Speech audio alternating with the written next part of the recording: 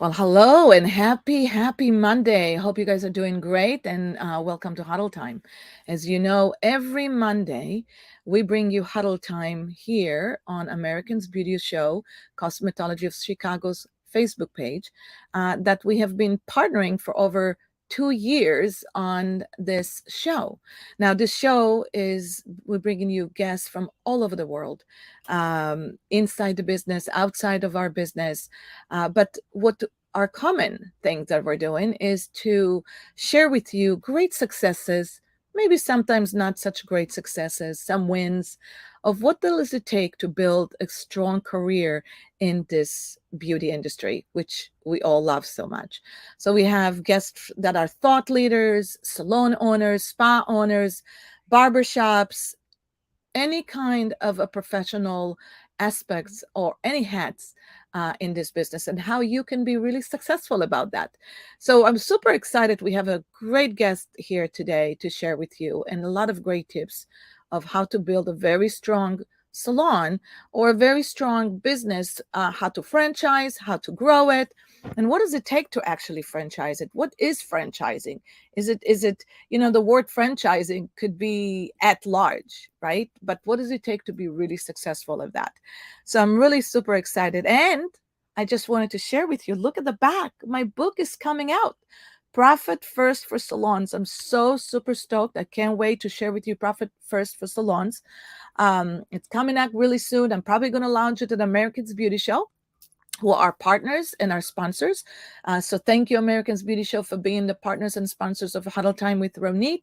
And if you guys have not yet to purchase your ticket and bring your creative minds to the most amazing show this year on April 10th, you gotta do it now. We want to say thank you to Textel, who's been a great sponsor for us. Textel is a two-way communication between you and your guest, you and your team. If you want to check anything about Textel, textel.com has a wonderful way of communicating, and it should be the most, I would say, the best communication relevant to today's communications. And of course, I want to thank Salon Cadence Teaching and Training Company. It's a white glove teaching and training company for salon and spa owners who are looking to scale their business, to move themselves from being stuck at the six figures to the seven figures and beyond. So what is it going to take to do it?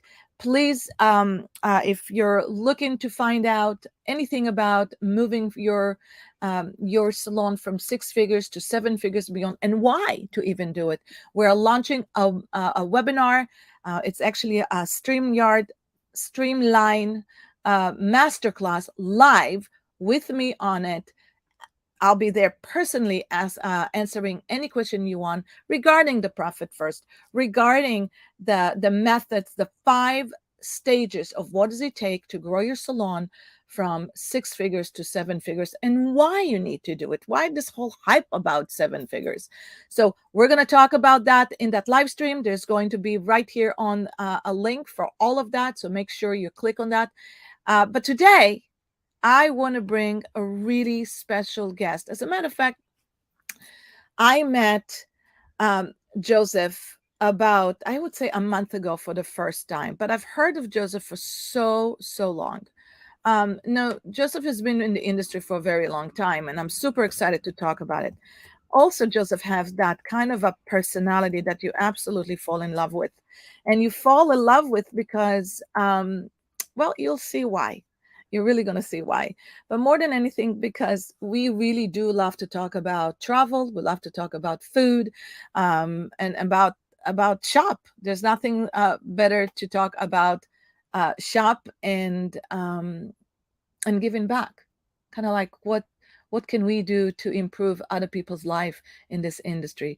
So Joseph Golshani, and I hope I'm not mispronouncing that name, right, is on our show today.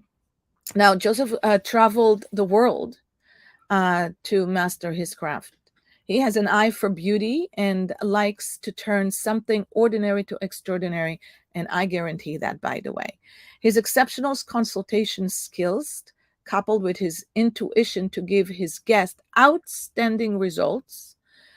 In 2009, Joseph wrote the book, Thanks to America against all odds. And we're going to talk a little bit about that today, where we are given the opportunity to walk alongside him as he manifests the dream that he always had as a child. It is a story that we can all share amidst the human collective, especially today. Joseph continued to revolutionize the beauty industry with his philosophy of creative change and its positive effect on the community. By creating specific training program, in which we're going to talk about it today, for his teams, and having such an innovation mind over and over and over again, reinventing and pivoting from one spectrum to another spectrum in order to be relevant to today's world. He has mastered it all in Atlanta. And so I am super excited to bring the CEO, founder, innovative, Joseph and Friends Salon Aveda into my StreamYard. Hi, Joseph. So good to have you on the floor. What a honor. Wow, what an honor to be introduced by you. You did an amazing job. Thank you very much. Thank you, Joseph. You know, the truth is that I've been doing this for 2 years. I screw up so many times, so many times. I invented words, as you know. I'm bilingual. Actually, I invented so many English words, and sometimes it works magically, and sometimes it works naturally. So this You one know, was the good thing is that we learn the most when we screw up things. That's the that's the beauty of life. that So is the if you and don't screw up, you don't learn. you don't, no, these days I'm okay. I'm okay with it. I know that in order to learn, I got to screw up. So what's better than do it at live, right? And be authentic about it. Exactly. All right. By the So way, congratulations on your book. thank you. Uh, yeah, I love the title. It I think resonates with every salon owners that we are here for profit. We are not a profit sharing. Well, We're here for it will be okay to profit share if we have profit, right? So, what I actually meant is we are not a charity. uh, We're not a charity. We're for profit. So and we share our profit. Once we make profit, we will share. absolutely. It's so true. We come from um See, I screwed up right there. I screwed up. well, you know what? We come from background of giving a lot, and it takes us a while to realize that yeah, we're not going to be doing those haircuts in the kitchen, although there might be very creative haircuts in the kitchen, but it's time to step up our mentality. So I'm excited to be there. Now, what's the story behind that chair? I love that chair. Everybody, you got to see that chair, that shirt. It's I know, you see. Look at that. Look at the heart behind you. Look at the red behind that. And that shirt is amazing. What's the Did story you behind it? did you see the red? What it says? Oh, it's a smile. I Yeah, love that. Okay, so you yeah. got to just kind of like turn it around and bringing it to the other side. But Joseph, what's the story behind that shirt? Tell me about it. Well, I figured out since we just passed Valentine and also uh, we are in a business of loving people and unconditionally. We have to love our clients and I love our staff. And without the two, we really don't have any business. So I Mm. thought it was very appropriate to wear this shirt for this interview Oh, I and love just to convey the message. Um, really, love is the answer. I mean, as the uh, our poet Rumi says it, love is the only answer. that. If you ever fall short, just Love. think about love. Yeah, That's true. It's the strongest. It's stronger than any war. It's stronger than any fight. There's nothing more stronger than love. yeah. And I'm And 100% the older you get, or I usually say, the better we get, the more we understand the truth, power. the the quality of love that we can get and give. Mm, So I it's very love that. important. It's so good. Well, thank you for bringing a lot of love to this StreamYard today. I'm My super pleasure. Um, you got such an amazing story behind you, Joseph, and you captured pretty much all in the book. We both now know, I know now, what does it take to write that book. It's a labor of love, but it takes a lot out of us to write books like that.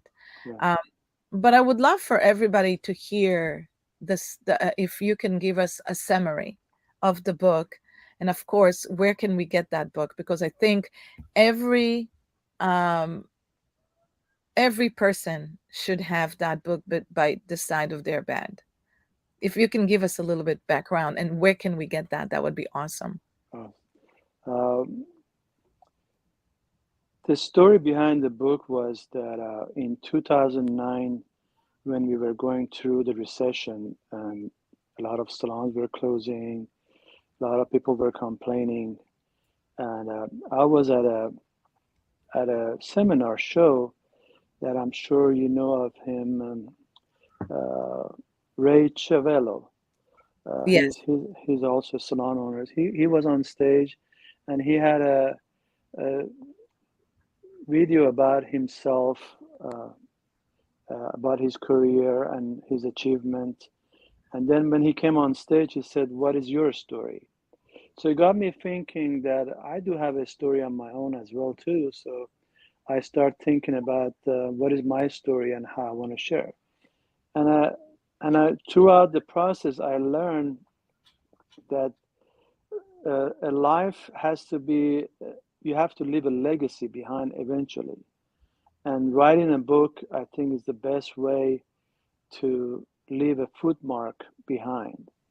And so, and I'm sure you will experience that as well too, that people are going to read your book and uh, they're going to say, thank you, Ronit, for sharing your wisdom with us. And I felt even if I touch one person's life at a time, I would have accomplished that.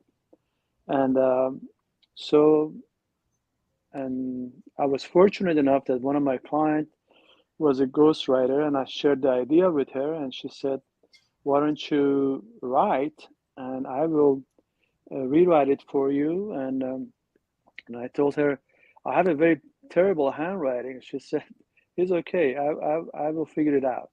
Sure enough, she could read my handwriting better than I could, and she wrote it for me. And believe it or not, her husband died on September 11 at one of the tower.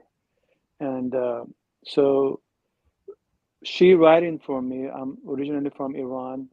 It was inspiring for me as well too. And some of the people who helped me with the book, they were Jewish. You know, they were from different parts of the world. And I start thinking about what I want to name my book. And you know, I came to America when I was 19, so I was young. I was able to adapt to the American way of life a lot better than somebody who comes at a later age. And I felt such a in depth to America because I was able to change some of the ways of my doings and adapt to the American system. And because of that, I became successful. And so I felt that I owe it to this great country to share my success story with others. Because especially foreigners who come here, we all think at first that there's no way I'm going to be successful here. I don't know the language, I don't know the food, I don't know the custom. And but once you surpass that, then you see all my weaknesses becomes my strength. So America is a melting pot. And one of the things we learned to run our business was that we adapt to that. So our employees are from all over the world. Our clients are from all over the world. And those are the things that I learned. If America is successful and it embodies all these different cultures here, and so I could do it in a small version of it into my business. And that was one of the things that I've adapted. And so, and it has become our strength. because before I opened up my salon, I thought there's no way I'm gonna have a business because people don't like Iranians. They call us terrorists and all that stuff. And I felt that saying thanks to America against all odds would be a very appropriate um, uh, name for my book. And sure enough, it has been. And so far, it's sold over 20,000 copies all over the world. And so I'm really proud of that accomplishment. And that's in a nutshell about the book. I hope I answered your question. You did, and that was beautiful. What a great story. The truth is, I have not read it yet, but I am definitely would like to find out where can we buy it on Amazon or Yes, you can buy it on Amazon, and this we just published the second edition of the book, which just came out and is online publicist, I believe. That's where you can also get it to your online publicist. okay. Can I see that? Can you share with us Yeah, that? yeah. This is the new Oh, version of the book. got I don't have the old version handy, but the old one is a white background. it. It Okay. doesn't have my big picture in the front, but it Yes. does have the pomegranate. If you notice, the pomegranate Yeah. has flags from different countries. Oh my God, I can't. That is so amazing. I So it love. has, and in the Muslim religion, Yes. is said that the pomegranate is a fruit from heaven, Mm-hmm. and is one of the customs that we uh, squeeze the pomegranate and then we take the juice out with Mm. a straw or something. Yeah. And so my thought was that America is like a pomegranate, and in order to get the juice out of it, you have to understand the different cultures. Mm. And if you understand the different cultures, uh, then you will have a successful business. Wow. For example, you know, Iranians have a New Year, American and Jewish have a in different celebration. All different nationality have different Yeah. celebration. As a Yeah. result, there's different parties all over all year long, and they gotta go to get their hair done for that reason. You know, But I if just love this so much. I mean, I can talk with you for hours just on this alone. And I already see that we're going to do this. And it reminds me yesterday, one of our clients, who actually the first introduction in the book is about it's what started this, okay, the yeah, book. And it's the book is all about stories of anybody who went through the change, the transformation of becoming not profitable to profit. And one of the things that he told me when I first spoke to him, his name is Jackson, and he had a dream, just like all of us. And his dream was to, he learned barbering in jail, where a mm-hmm. lot of people start their barbering career in jail. It's one of the skills that they learn in jail, and he really wanted to make an impact in people's life and tell them that being a barber can create so much happiness and wealth in your life if you pay attention. And he said one of the greatest things that people don't understand, that the customers that are sitting in their chair are wealth of information. Knowledge. Yeah, Exactly. Wealth of information and wealth of experiences and wealth of help. It could be attorneys, it could be psychiatric, it can be real estate agents, mortgage broker, it could be doctors. bankers, it could be doctors, it can save your life. And it can say we're not leveraging the relationship that we have of what it can do for us. Or you could And that become your spouse as well too. exactly right. And your best I've had friends. many, I've had many stylists that they marry our clients over the years. what a fortunate space for us to be in. I am super grateful. And you're from um, Iran. I'm from Israel.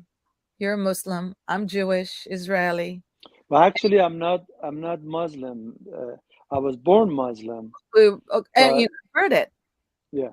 And after, I mean, I even practiced the religion when I was in my young days. But as I came to America and being exposed to Judaism, Buddhism, all different Religion. religions, and my intake was that the essence of every religion is the same. Yeah, I And agree. unfortunately, it gets distorted by some idiots. But but the principle of it is the same.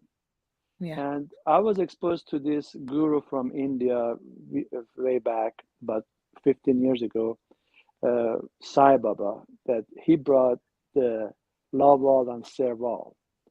And when I got exposed to it, I said, well, I'm in the business to serve. And it Mm, doesn't matter who sits in my chair, or it doesn't matter what kind of employees I have. My job is to serve. My job is to love unconditionally and to serve unconditionally. So I adapted to that religion. It's a very simple religion. It has a very small book. It doesn't have thousands of books, thousands of pages in it. But and it's been very inspiring because quickly I can realize if I'm not in that mode of loving, or if somebody says something and I do something that is against that very simple philosophy. And so my religion really is Lhasa, but I respect all religions because then again, my religion is Lhasa, love all and serve all. I love all religions. I go to all, my friends wait, are how Jewish, do you spell it? How do you spell it? L Lasa, Lhasa. Love all, serve all. serve all. Yeah, yeah. You can easily Google it and it will. Uh, and actually, I was at about 3 weeks ago. We were on vacation, and we were at Hard Rock Cafe. Okay. You know of the restaurants, right? Hard Rock Yes. Cafe. Yeah. And in big letters on the top of the restaurant, they had love all and serve all. I said, wow, it's interesting. They have love all and serve all. And when you read the story, they talk about that these two guys started the business, and their mission was to make food for everybody and serve everybody. And so they adapted to that. So it was interesting that I didn't even know that Hard Rock had that uh, uh, Yeah. slogan, and it made me even proud of our slogan. And we have even made shirt that our staff wears, and if you notice, it says "Love all, serve all," and Yes. then in the front it has our logo, Joseph and Friends, and Love all that. our staff at the salon wears that T-shirts, and uh, every, and every time a new staff comes, they get a package of our shirt and the bags. And we have bags that the clients can, when they get the retails, it has a love all and serve all as well too. So And how long have you been practicing it in your salon, in the culture? in the since I wrote the book, I've been, but we have become more aware of it, especially the last 2 3 years. So we made the t-shirts, we made bags, and so we're really enforcing it more. Okay. That's really, I think that's fantastic. Talking about salon, let's talk a little shop. we the thing about the great generation is that the great generation has gone through so many economical changes, so many destructions, wars, and they do have the grit, and they do have the perseverance. They can handle everything and anything. Right, This past 2 decades of generations did not go through all the changes, but we did have a few changes and big economic distresses. This past couple of years of big changes has presented us with new sets of changes. And maybe they're the same after all, and maybe change is always a wonderful thing. Opportunities to enhance, opportunities to elevate. And also, of course, we always have to be careful of the stories we keep telling ourselves to our heads, not to adapt and actually to take maybe opportunities and embrace them. Right. In your past experience and the past 2 years experience, I would love to hear from you. What do you have? And of course, you have opened one salon, expand that salon, then expanded to multi locations. I'd love to talk about that, but before that, what are your um, maybe 3 tips that we can give our future salon owners or salon owners that are struggling to navigate through these changes of what to do in order to thrive and to build strong cultures in their salons? Great question. I I think one of the advantage that I personally had was because I started from nothing, and all my achievements uh, still kept me very humble, and uh, and I think that's being able to be humiliated and still be uh, yourself is very important. Yeah, And so, in order to open up a salon, if I was going to do it over again, I would first think with the end in mind. Am I doing on this to be not work behind the chair? Am I here to train people? What is really I want out of this? And I think if you think about it, put 80% of your effort at the beginning, how this is going to look 10 years from now, 15 years from now, is, is the essential to your journey. absolutely. There's, there's a book called Rich Dad, Poor, Poor I dad. believe, yeah. And in the one of the story that talk about is about two guys that they want to open up a water company, water distribution. And the two talked about it to each other, and the first one said, "Oh, this is easy, just water, like I can do this." And sure enough, he goes with his wife and the kids. They start the water, and they start making money right away. The second guy takes his time. 6 months pass, nothing happens. A year. After about 2 years, he opens up water company all over the world. And so, if you're a businessman, which one is better? Working with your family, everybody, all day long, 24/7, or opening up after 2 years, having a. So obviously, the second guy, he thought it through. He got investors. Talked about the idea and so forth, and he was able to. If I had the knowledge that I have now, back then, uh, I would have been able to do the same thing. But that's why people like you have the book, you're paving the way what to do, Yeah, so you don't have to 20 years from now say, oh, what should I do I now? wish. Yeah, Or go through the mistakes that we have gone through and right. we can And, eliminate them. and that's what, I didn't have, I do have some college degree, but I didn't have business degree. Yeah. So I learned through making mistakes over and over, and learning throughout the and but the correct way would be study it first and Yeah. then open up a salon, because if you don't, then you're going to go through all the ups and down. And even when you look at the stock market, it goes up and down, but you got to look over the 20-30 year span, where Hmm. the stock market was 20 years ago and where it is now, or how Hmm. much your house worth 30 years ago and how much it's worth now. It's Right. the same with business as well too. And but I think a lot of times we don't study what we want to do enough, and then we make a lot of mistakes. Absolutely. You got to start before you open. And I am a huge believer and a huge advocate of having crystal clear clarity. Why are you why are you doing what you're doing? Why you want to be in this business? What is this business going to do for you?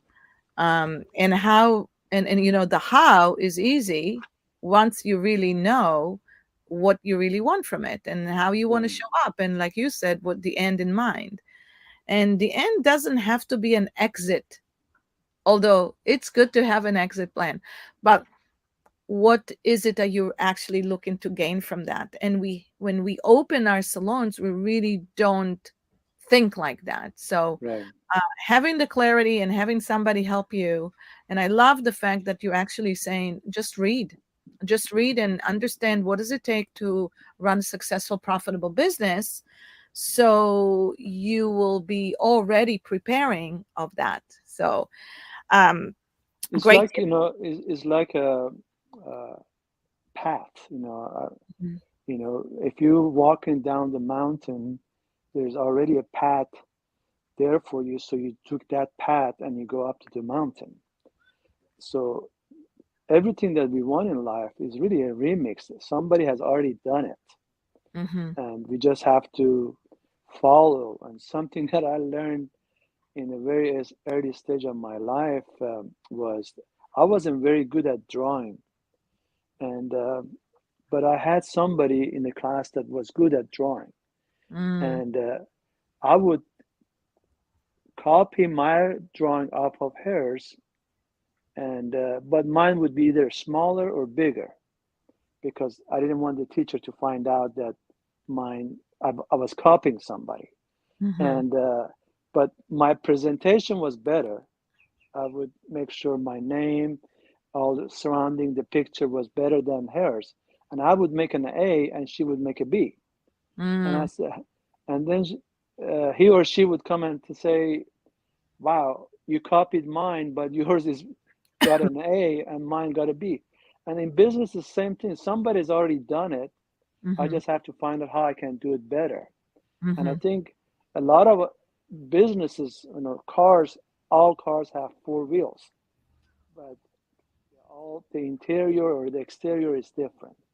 And whoever presents a better experience, better look, it's going to win. It's going to win better. I mean, there are cars sold for 1 million. This car sells for 20,000. So it's. I had a client yesterday. As you might know, I still do hair behind the chair. I Yes. had I had a gentleman who came yesterday, and I did a great consultation. I still do a chair massage on my client. We do as an Aveda salon, we do Yeah. complimentary chair massage with the hot towel. The Yeah. whole great experience for him. And my average male clients spend about $300 to $400. Wow. By the time they buy products, they tip and all that stuff. Okay. And I had an stylist, a new talent stylist, when he saw the $100 tip, he said, "Wow, I never thought that guy would tip $100." Mm, But it's funny how we uh, judge before it's due, mhm. and we we don't understand that people when they have great experience will spend any kind of amount of money, and I'm Yeah. much rather to have work on the 10 or 20% of the clientele than the whole. I'm not here to serve, to a particular group. Even though there are times that I do free haircuts, just out Yeah. of, but Yeah. just to prove to them my new talent. If you Yeah.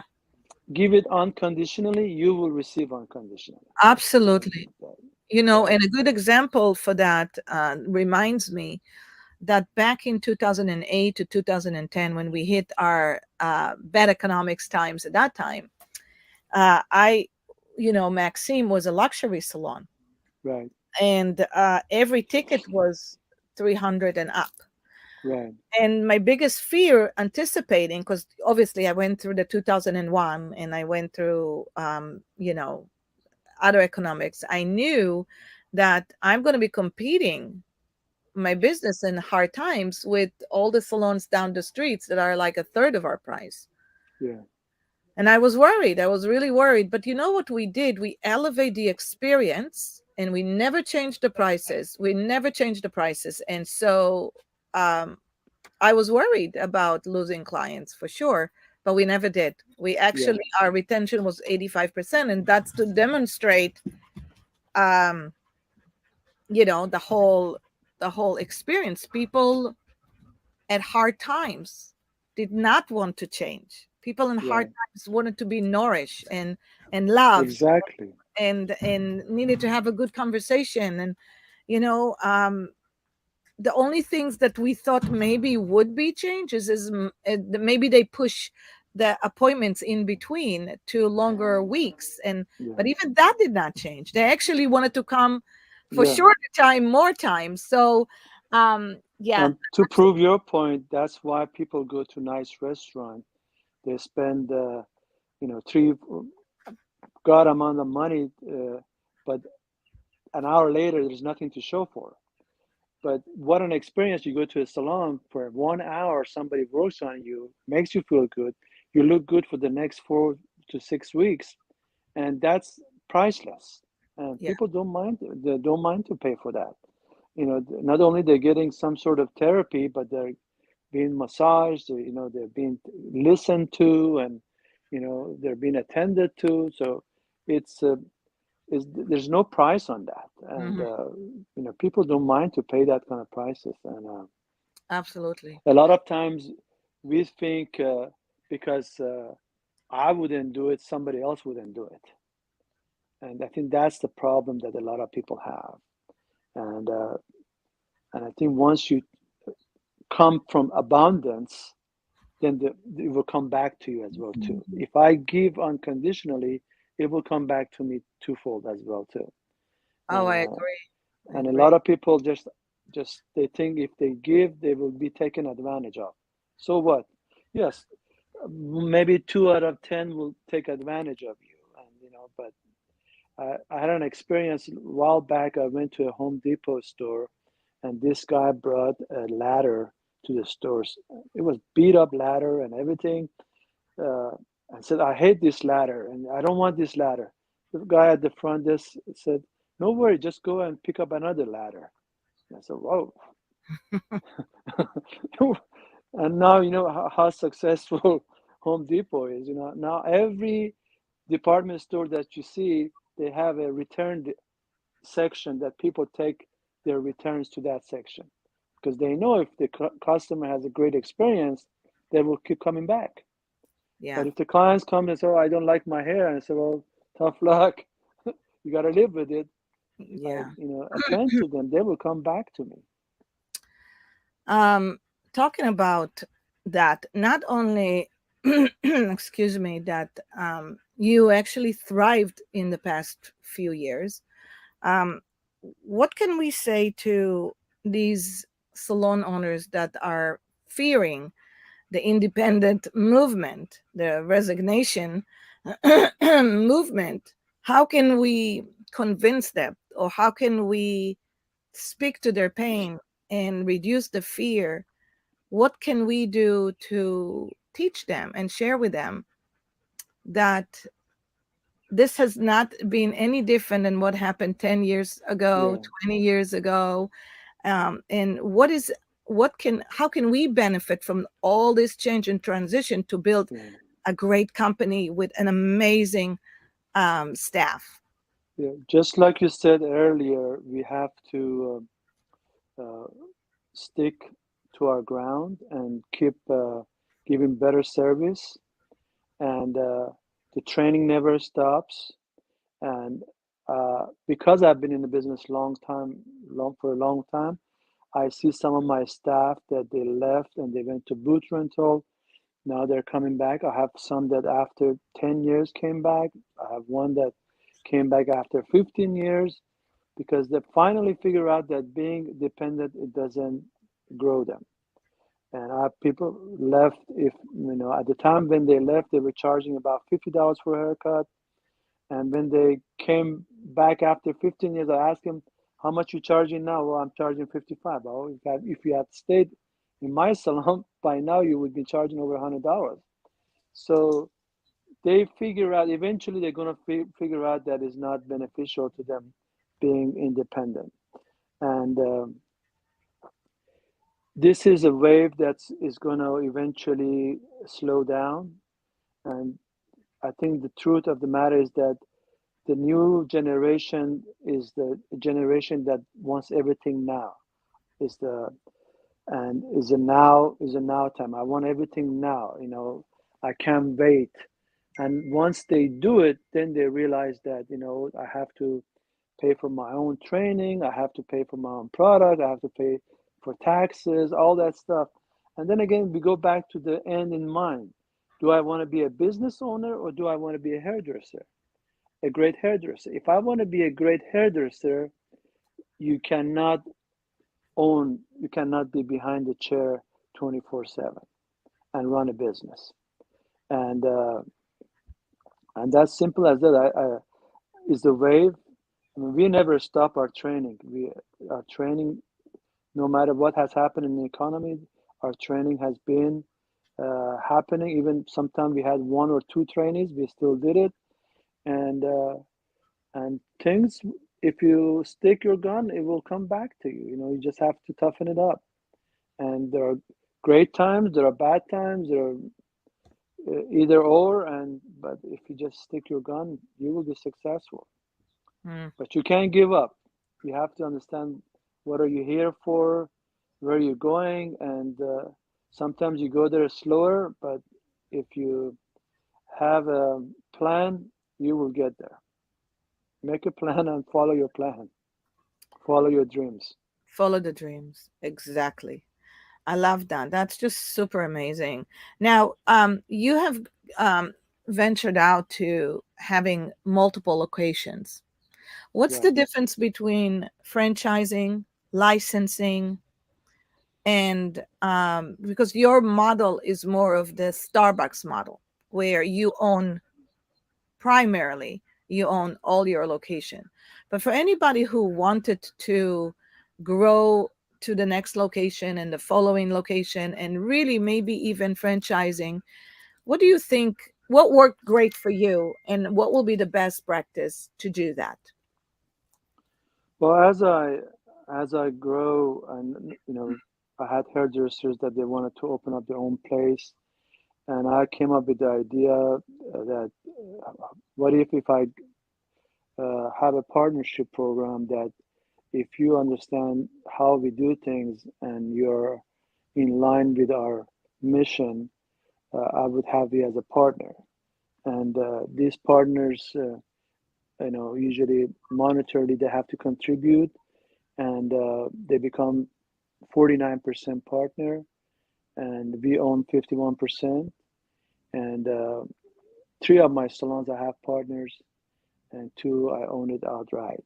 And the advantage of partnership is that because I have dedicated Yeah. partners that they attend to the daily task for the business, and they're just like me. They care about the business, and my job is to still promote the salon, recruit, and I do the training for the cutting.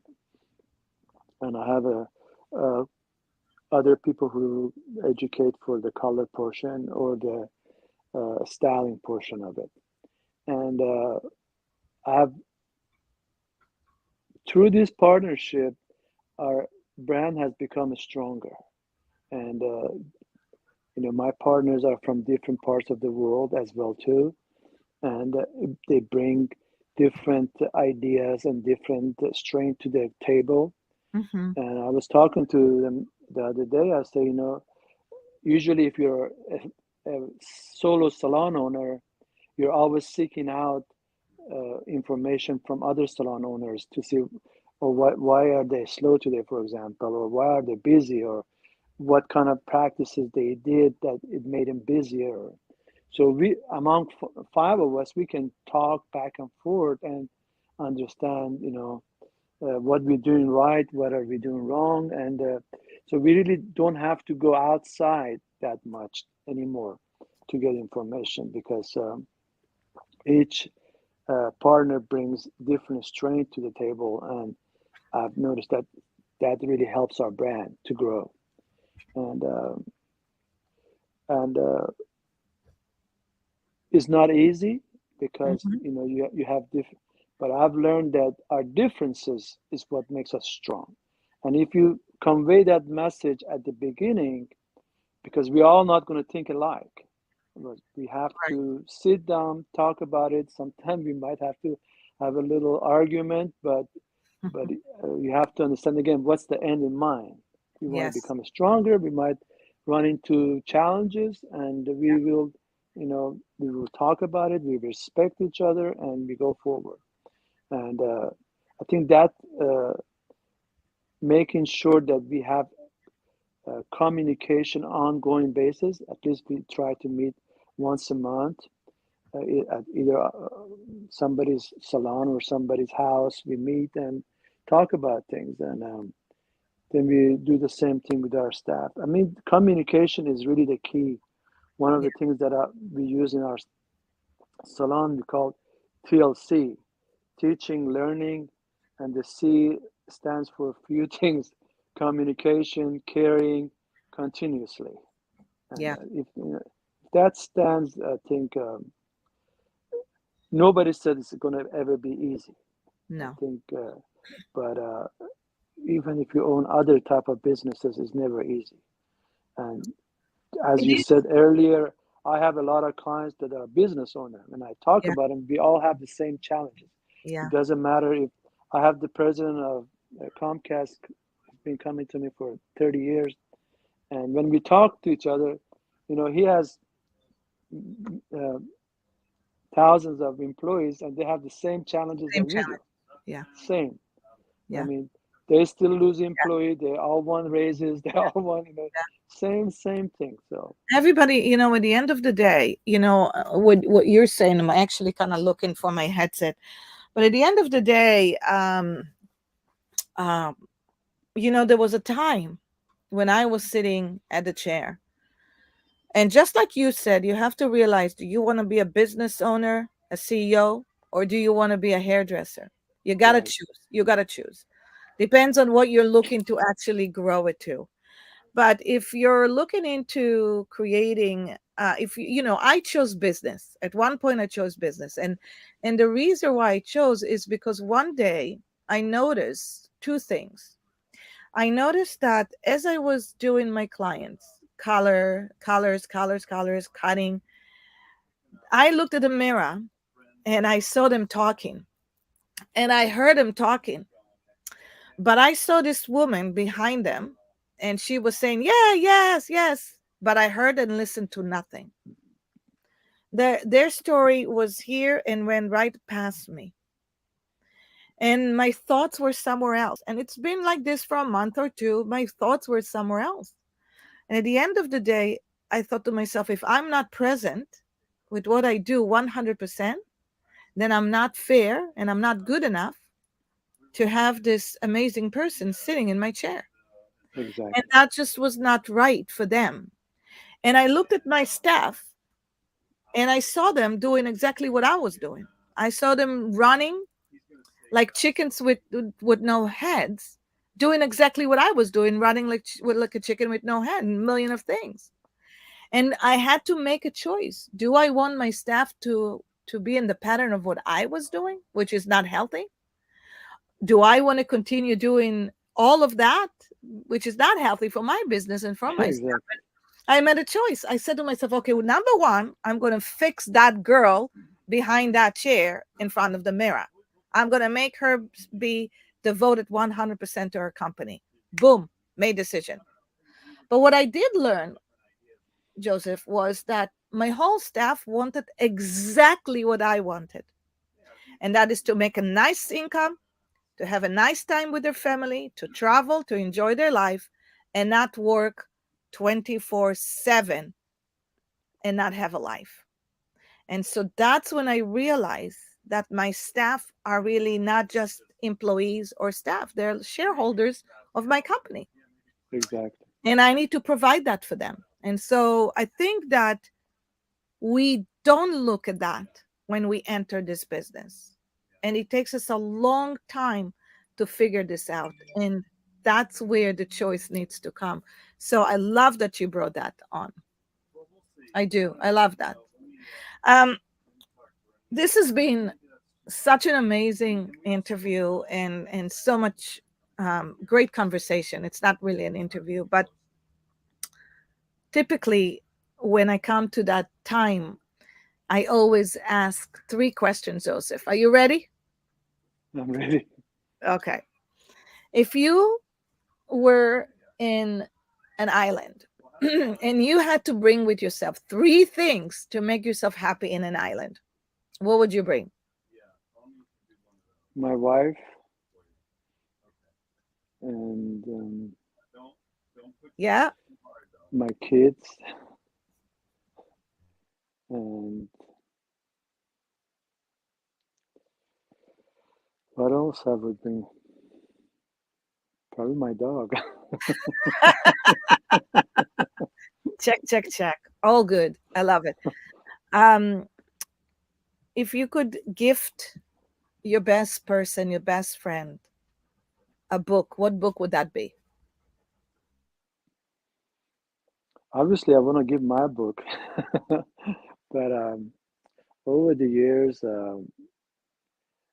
I think Book of Love. If there's such a book, I think Book of Love is really uh, would be the best book to give to anybody. And I'm sure there are books that talks about love all day long. I know Rumi uh, is really, but really love is the answer. Is Yeah. the if if you learn how to love yourself first, Yeah. I mean, you got to love yourself first because then by loving yourself, you teach other people the same thing as well too.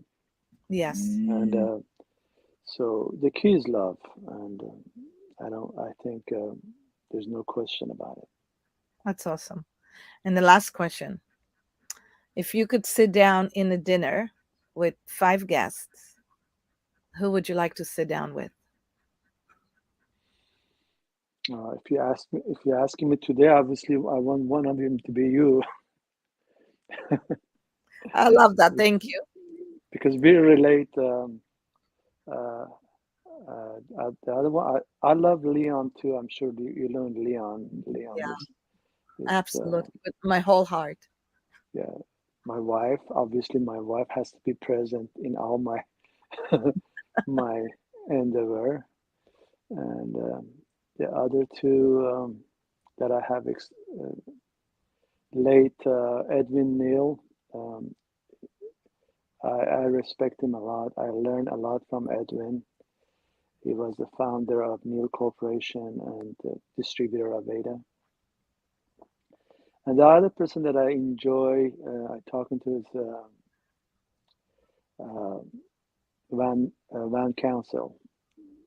He has quite a few salons in Atlanta as well. He and I, we always have good conversations. I love that. I have not yet to have him on Huddle Time, but I would love to have him on Huddle Time. I think it's going to be also fun to talk about sports because he's a big sports person and Yeah, so am I, and I would yeah. enjoy He that. like he likes outdoors, so do I, and What do he's you very do? athletic. What do you do for But outdoors? but I still do play soccer. You know, I used to Yeah. play semi-professional back in Iran when I was younger, Yeah. and when I Wow. came to America, I played in college, and then I kept out playing. Right. I still play, and I do play tennis. I do bicycling, swimming, name it. There's not a really sport that I don't I like. love I pretty much like them all. Yeah. Well, this has been so inspiring, Joseph. I just can't thank you enough because you just made my whole weekend, if not many weekends. So thank you so Well, much for but being you here. made mine as well too. I appreciate you, and I do learn myself from your experiences as well too, and that's why I'd like to have a dinner sometimes. We're gonna. I'm gonna make sure this is gonna happen sooner than later, for sure. Gotta make sure Leon is here. For sure. I am He, actually. I'm actually having dinner with him and Madeline and a couple of more people tonight with him. So I'm looking. awesome. I'm looking forward that, and I'll share this with him.